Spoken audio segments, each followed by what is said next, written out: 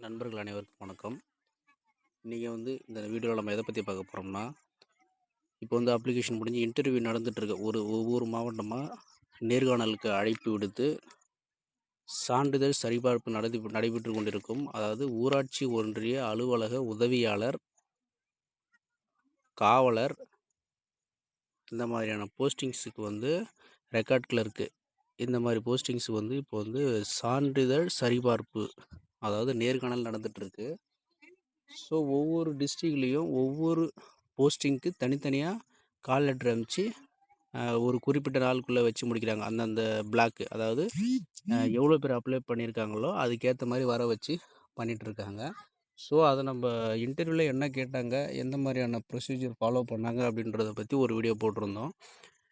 அதில் சில நண்பர்களுக்கு சில சந்தேகங்கள் எழுந்தது. அதை நம்ம உடனுக்குடன் நம்மளால் டைப் பண்ணி சொல்ல முடிஞ்சதை டைப் பண்ணி சொல்லிட்டோம். சொல்ல முடியாத பட்சத்தில் வீடியோவாக போட்டோம். ஸோ அதில் இன்னமும் ஒரு சில நண்பருக்கு ஒரு சில சந்தேகங்கள் எழுந்திருக்கு. ஸோ அதுக்காக தான் நம்ம இந்த வீடியோவை போட்டிருக்கோம். இப்போ பார்த்தீங்கன்னா, ஒரு நண்பர் கேட்டிருக்காரு, பிசி கம்யூனிட்டி சர்டிஃபிகேட் காலேஜில் இருக்குது, நான் ஓபிசி சர்டிஃபிகேட் எடுத்துகிட்டு போகலாமா அப்படின்னு கேட்டிருக்காரு. இன்றைக்கி கேட்டிருக்காப்புல. அதாவது நம்ம சென்ட்ரல் கவர்மெண்ட்டு ஏதாச்சும் எக்ஸாமில் நம்ம பண்ணணும், அப்ளை பண்ணணும், இல்லை நேர்காணல் அட்டன் பண்ணணும் அப்படின்னா தான் நம்மளுக்கு கண்டிப்பாக ஓபிசி தேவை. ஆல் ஓவர் இந்தியா அங்கே போகும்போது பிசி, எம்பிசின்னு பிரிக்க மாட்டாங்க. ஜென்ரலாக ஓபிசி கொடுத்துருவாங்க. ஸோ நீங்கள் அங்கே போகும்போது தான் உங்களுக்கு ஓபிசி உங்களோட ஆப்ஷன் தான். ஜென்ரல் போட்டுக்கலாம், இல்லை ஓபிசி தான் வேணும்னா நீங்கள் ஓபிசி எடுத்துகிட்டு போகலாம். ஸோ சென்ட்ரல் கவர்மெண்ட்டுக்கு மட்டும்தான் ஓபிசி தேவைப்படும், நம்ம ஸ்டேட் கவர்மெண்ட்டுக்கு தேவைப்படாது. சேம் டைமில் நீங்கள் உங்கள் பிசி சர்டிஃபிகேட்டை காலேஜில் கொடுத்துட்டேன்னு சொல்கிறீங்கள, ஓகே, அது கொடுத்ததாகவே இருக்கட்டும், அதெல்லாம் ஒன்றும் பிரச்சனை இல்லை. அந்த சர்டிஃபிகேட்டில் அப்போ சர்டிஃபிகேட் நம்பர்னு ஒன்று இருக்கும், டிஎன் அப்படின்னு போட்டு ஒரு சம்திங் ஒரு 12 டிஜிட் நம்பர் சம்திங் இருக்கும். அந்த நம்பர் தெரிஞ்சுதுன்னா நீங்கள் எங்கேயாச்சும் ஒரு ப்ரௌசிங் சென்டரில் போய்ட்டு இ-சேவை மையத்தில் போய்ட்டு சொன்னீங்கன்னா போட்டு புதுசாகவே எடுத்து கொடுத்துருவாங்க. ஸோ அது ப்ராப்ளம் கிடையாது.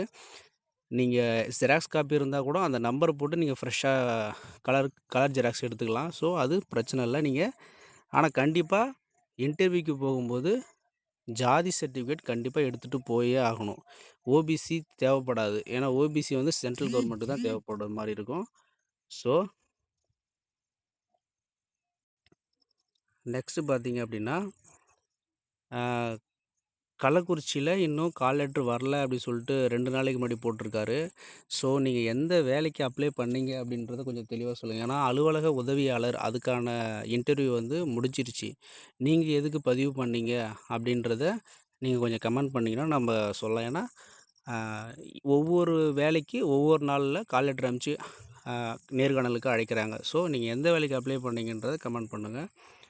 நெக்ஸ்ட்டு ஸ்கூல் டிசி ஜெராக்ஸ் கூட இல்லை, பிஎட் கம்ப்ளீட் பண்ண டிசி ஒரிஜினல் தான் இருக்குது. ஓகே, அவங்க கேட்குறது ஏஜ் ப்ரூஃப்க்கு ஒரு டிசி.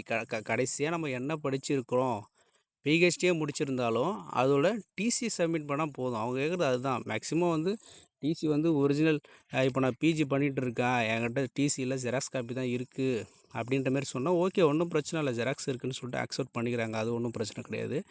நீங்கள் போய் அட்டன் பண்ணலாம். தாராளமாக பிஎட் சர்டிஃபிகேட் டிசியை நீங்கள் காமிக்கலாம், ஒன்றும் பிரச்சனை இல்லை, எடுத்துகிட்டு போங்க. நெக்ஸ்ட்டு மறுபடியும் எப்போது இன்டர்வியூ வரும்? மறுபடியும்னா புரியல எனக்கு. நீங்கள் அட்டன் பண்ணிட்டீங்களா, அட்டன் பண்ணலையா? அட்டன் பண்ணிட்டீங்க அப்படின்னா ஆர்டர் வர்றது தான், அதுக்காக தான் நம்ம வெயிட் பண்ணணும். ஸோ மறுபடியும் இன்டர்வியூ கிடையாது. ஒருவேளை உங்களுக்கு வரல அப்படிங்கிற பட்சத்தில் நீங்கள் வெயிட் பண்ணுங்கள். நெக்ஸ்ட் கால்ஃபர் எப்போ வரும் அப்படின்னு கேட்குறீங்களான்றது தெளிவாக தெரியல. ஸோ அது நெக்ஸ்ட் இயர் அடுத்து இந்த ப்ராசஸ் முடிஞ்சதுக்கு அப்புறம் தான் அவங்க அனௌன்ஸ் பண்ணுவாங்க. நெக்ஸ்ட்டு போஸ்டிங் எப்போ போடுவாங்கன்னு கேட்டிருக்கீங்க. ஸோ போஸ்டிங் எல்லா ப்ராசஸும் முடிஞ்சதுக்கு அப்புறம் தான் போடுவாங்க. ஏன்னா அலுவலக உதவியாளர் மட்டும் எடுக்கலை, ரெக்கார்ட் கிளர்க்கு, அலுவலக உதவியாளர், இந்த மாதிரி நிறைய போஸ்டிங்ஸ் எடுக்கிறாங்க. ஸோ ஒவ்வொன்றுத்துக்கு இவ்வளோ பேர் அப்ளை பண்ணியிருப்பாங்கள்ல, எல்லாருக்கும் இன்டர்வியூ ப்ராசஸ் முடிச்சுட்டு அதுக்கப்புறம் தான் செலெக்ஷன் லிஸ்ட்டு வெளியில் அவங்கவுங்களுக்கு இண்டிவிஜுவலாக ஆர்டர் காப்பி வரும். பை போஸ்ட்டில் தான் வரும் அப்படின்ற மாதிரி சொல்லி அனுப்பிச்சிருக்காங்க. ஸோ பை போஸ்ட்டு தான் வரும். வெயிட் பண்ணுங்கள், பார்த்துக்கலாம். Next Tenkasi district call letter வந்துருச்சா, வரலன்னா எப்போ வரும் அப்படின்னு ஒரு நண்பர் கேட்டிருக்காரு. ஸோ ஒவ்வொரு டிஸ்ட்ரிக்டில் அந்தந்த டிஸ்ட்ரிக்கு இருக்கிற அந்த இப்போது அந்த பிடிஓ ஆஃபீஸ் அவங்கவுங்களோட இன்சார்ஜ் படி தான் அவங்க எடுக்கிறாங்க. ஸோ தென்காசி மாவட்டத்துக்கு எப்போ வரும் அப்படின்றது இது வரைக்கும் சொல்லல. ஸோ அப்படி வந்திருந்தால் நம்ம கண்டிப்பாக இன்ஃபார்ம் பண்ணுவோம். நெக்ஸ்ட்டு வந்து என்ன எழுத சொன்னாங்கன்னு கேட்டிருக்காரு ஒருத்தர். அது ஒன்றும் எழுதல. அதாவது ரைட்டிங் ஸ்கில் தான் பார்க்குறாங்க. ஹேண்ட் ரைட்டிங் கரெக்டாக இருக்கா, நெக்ஸ்ட்டு கொடுத்த நேரத்துக்குள்ளே அந்த ஒர்க்கை நம்ம ஃபினிஷ் பண்ணுறோமா அப்படின்றதுக்காக தான் அந்த ரைட்டிங் ஒர்க்கு கொடுக்குறாங்க. ஸோ என்ன எழுத சொன்னாங்கன்னா, தமிழ்நாடு ஊராட்சி, அதாவது தமிழ்நாடு பஞ்சாயத்துகள் சட்டம் 1994 அப்படிங்கிற மாதிரி ஒரு ஆர்டிக்கல் கொடுத்தாங்க.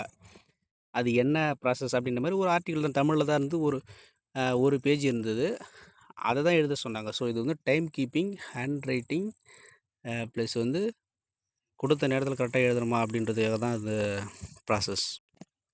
நெக்ஸ்ட்டு பார்த்தீங்க அப்படின்னா 2025 MHC எப்போ வரும்? நீங்கள் மெட்ராஸ் ஹைகோர்ட் ரெக்ரூட்மெண்ட்டில் அந்த scavenger, next something watchman, night watchman, junior assistant, office assistant, இந்த மாதிரி போஸ்டிங்ஸ்லாம் வந்து ரிட்டன் எக்ஸாம் முடிஞ்சு ஸ்கில் டெஸ்ட்டுக்காக கேட்குறீங்களா அப்படின்றது தெளிவாக தெரில. ஒரு வேளை அதுக்காக இருந்ததுன்னா அதுக்கான ஹால் டிக்கெட் வெளியிட்டுட்டாங்க.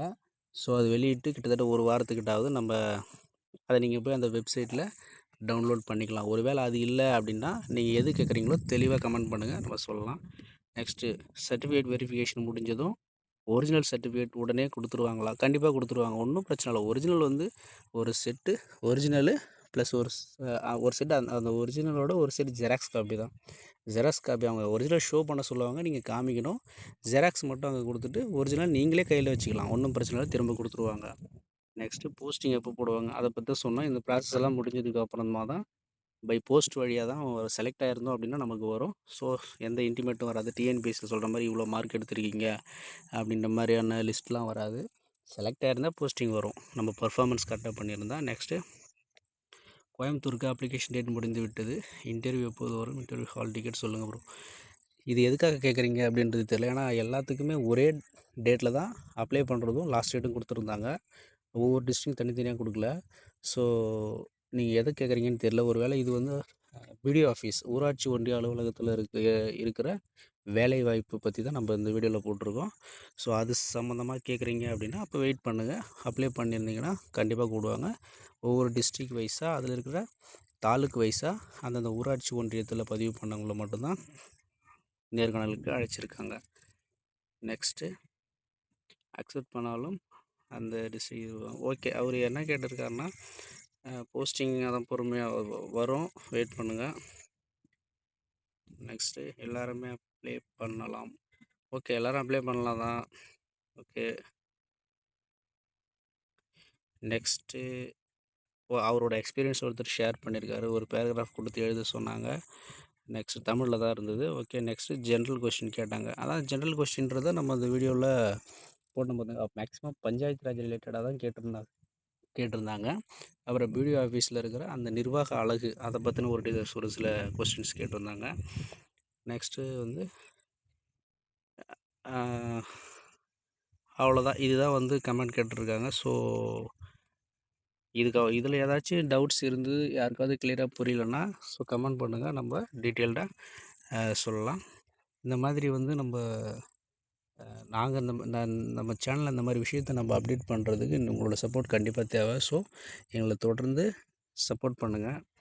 நன்றி, வணக்கம்.